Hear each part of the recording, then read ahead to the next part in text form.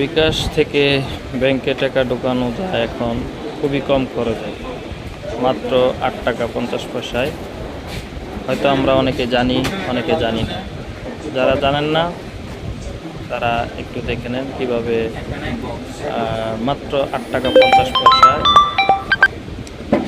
ব্যাংকে টাকা ঢোকানো যায় বিকাশ থেকে। প্রথমে বিকাশ অ্যাপসে ঢুকবেন, তারপরে যাবেন নিচে স্ক্রল করতে করতে অন্যান্য সেবা, অন্যান্য সেবায় ঢুকে প্রবেশ করার পর দেখবেন এনপিএসবি লেখা আছে। এনপিএসবিতে প্রবেশ করবেন। ব্যাংক অ্যাকাউন্ট, এখানে 3টা ব্যাংক অ্যাকাউন্ট সেট করতে পারবেন। 3টা ব্যাংক অ্যাকাউন্ট সেট করতে পারবেন। হ্যাঁ, আমার সেভ করা আছে, আর যাদের সেভ করা নাই আপনারা সেভ করে নেবেন। এই নিচে দেখবেন ব্যাংক অ্যাকাউন্ট যোগ করুন, এখানে ক্লিক করে সিলেক্ট করবেন যার যেই ব্যাংক সেটা সিলেক্ট করবেন। সিলেক্ট করার পরে ব্যাংক অ্যাকাউন্ট যোগ করার পরে এইখানে আসবে।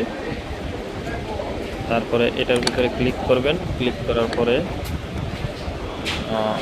দেখেন 1000 টাকা আমি নিতেছি আমার অ্যাকাউন্টে। এই যে মাত্র 8 টাকা 50 পয়সা খরচ। 1000 টাকায় 8 টাকা 50 পয়সা খরচ মাত্র।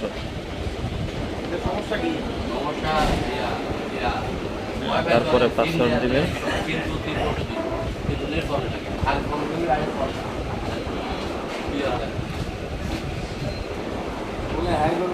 পাসওয়ার্ড দিয়ে ওকে ডান। সাথে সাথে